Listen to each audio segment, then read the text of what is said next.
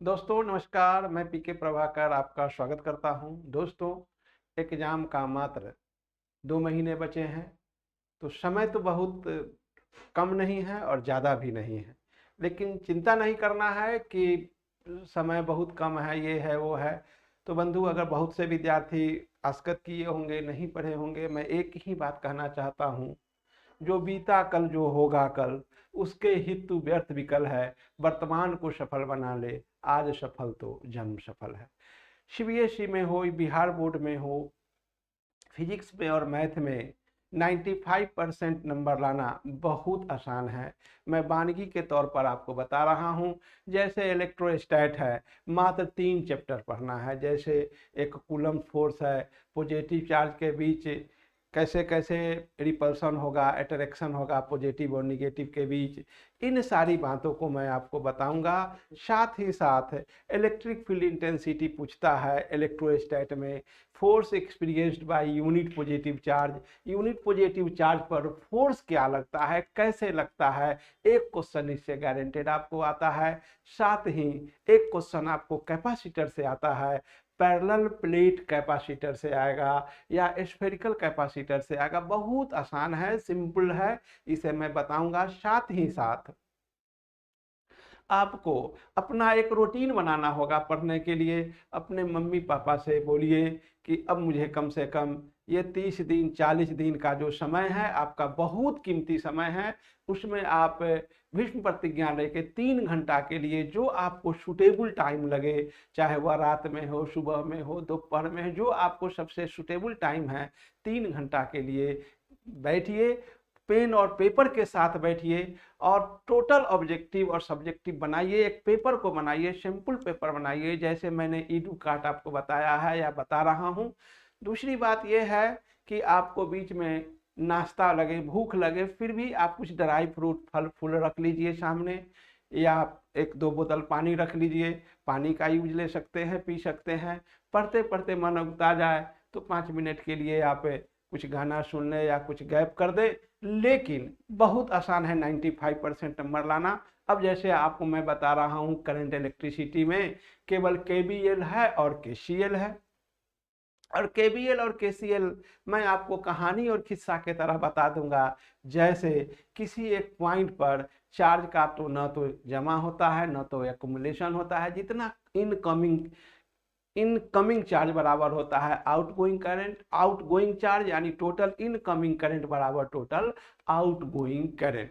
जैसे हजरत साहब ने कहा था कि प्रत्येक व्यक्ति को कहा था कि भाई, खाने पीने के बाद जो भी सामान तुम्हारे घर में बच जाता है, उसे तुरंत दूसरे को ज़कात करो। घर में एक नया पैसा भी बचा के नहीं रखना चाहिए। तो जितना तुम आता है खाने पीने के बाद जो भी बचता है, उसे गरीब को जाके दान दे दो। ठीक उसी प्रकार करंट इलेक्ट्रिसिटी कहता है किसी जंक्शन पर न तो करंट का रुकना होगा, न तो चार्ज का रुकना होगा। जितना करंट आएगा उतना करंट जाएगा। बहुत आसान है बंधु। दूसरी बात आप सोच ले कि हार्ड क्यों लगता है।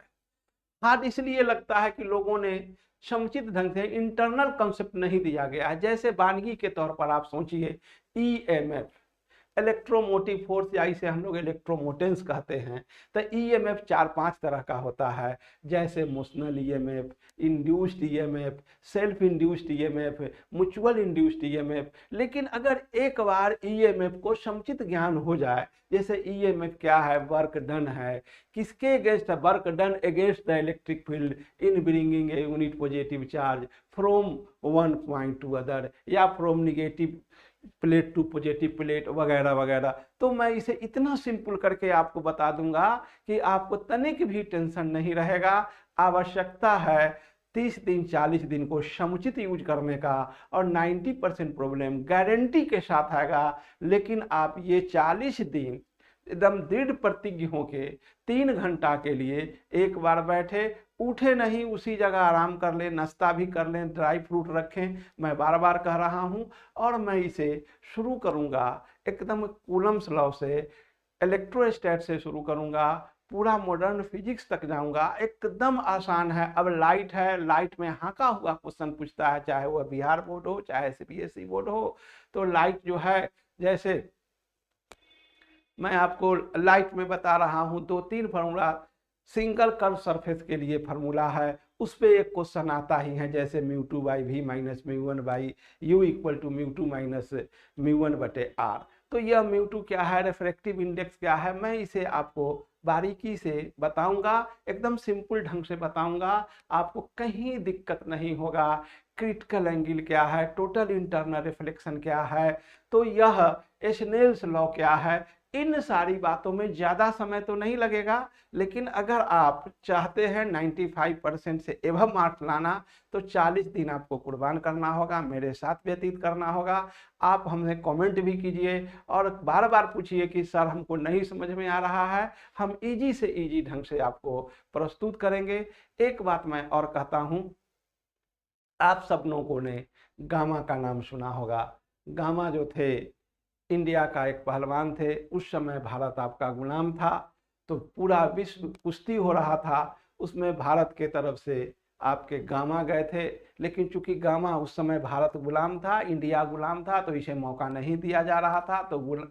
तो गामा बहुत छोटे कद के थे, उन्होंने कहा कि अगर मुझे मौका मिलता तो वह जो किंग कॉक पहलवान था वो इंग्लैंड का था, तो मैं इसे पटक दूंगा, छाती पर चढ़ जाऊंगा।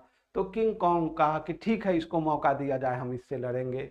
और गामा गया कुश्ती लड़ने, और वह पलक झपकते किंग कॉन्ग के छाती पर बैठ गया और गामा विश्व विजेता हुआ। लेकिन किंग कॉन्ग को यह मलाल था कि मैं क्यों हारा। 14 साल के बाद वह पुनः इंडिया आया इंग्लैंड से गामा से कुश्ती लड़ने के लिए। लेकिन बंधु, इंडिया का तो एवरेज आयु 60 साल 65 साल था, यहाँ के लोग तो 50 साल 60 साल के बाद कुश्ती लड़ना छोड़ देते हैं, लंगोटा उतार देते हैं। लेकिन जो इंग्लैंड का एवरेज आयु 100 साल है, तो वो किंग कॉन्ग जब इंडिया आया तो बोला कि मैं गामा से पहलवान से कुश्ती लड़ूंगा। तो गामा ने कहा कि भाई मैं तो कुश्ती लड़ना से 10 साल पहले छोड़ दिया। तो किंग कॉन्ग ने कहा, जवाब दिया कि तो कम से कम आप लिख के दे दे कि मैं कुश्ती लड़ने से इनकार करता हूँ। तो गामा ने कहा कि नहीं, मैं अपने आए हुए कुटुंब को हम स्वागत करते हैं, निराश नहीं करते हैं, मैं कुश्ती लड़ूंगा। और उस समय 10 साल जो गामा का छूट गया था, फिर से उनका काछा बनाया गया और गामा कुश्ती के मैदान में उतरा। क्या हुआ, पुनः गामा पलक झपकते किंग कॉन्ग को छाती पर चढ़ के पटक के पुनः विषय विजेता हुआ। तो किंग कॉन्ग ने कहा कि गामा एक जादूगर है, ये जादू टोना जानता है। तो गामा से पत्रकार ने पूछा कि गामा बताओ तुम्हारे यह जादुई ताकत का क्या कारण है। तो गामा ने जवाब दिया कि बचपन में माँ का दूध। बोला कि अगर बचपन में माँ मर जाती तब क्या होता। तो गामा दूसरा जवाब देते हैं, मर जाए मैया तो आबाद रहे मेरे देश की गैया, देश की माटी। तो बंधु, गामा से जब पत्रकार ने पूछा कि गामा क्या कारण था तुम्हारे इस मैंने विजयी होने का, तो गामा ने 2 रीजन दिया। पहला रीजन दिया कि इस 14 साल के दरमियान मेरा ताकत निश्चित रूप से कम गया था, लेकिन मेरा हिम्मत और दांव पेच नहीं कमा था। उस हिम्मत के बल पर और दांव पेच के बल पर मैंने इसे छाती पर चढ़ा और पटका। तो बंधु, ये जो गामा बोले हैं दांव पेच, वो दांव पेच की आवश्यकता हर एग्जाम में होती है। किस चालाकी से पढ़े कि गामा का दांव पेच लगा के आप 95% क्वेश्चन को सॉल्व कर सकते हैं, 95% से एवं नंबर ला सकते हैं। वही है गामा का हिम्मत। और हिम्मत रखिए, हिम्मत नहीं हारिए, बहुत समय है, 2 महीना का समय कम नहीं होता है। मैं कल से आपको सीबीएसई का और बिहार बोर्ड का इंपॉर्टेंट क्वेश्चन ऑब्जेक्टिव और सब्जेक्टिव बताना शुरू करूंगा, ट्रिक और टेक्निक के साथ बताऊंगा। और मुझे पूरा विश्वास है कि आप निश्चित रूप से 95% से एवं नंबर लाएंगे।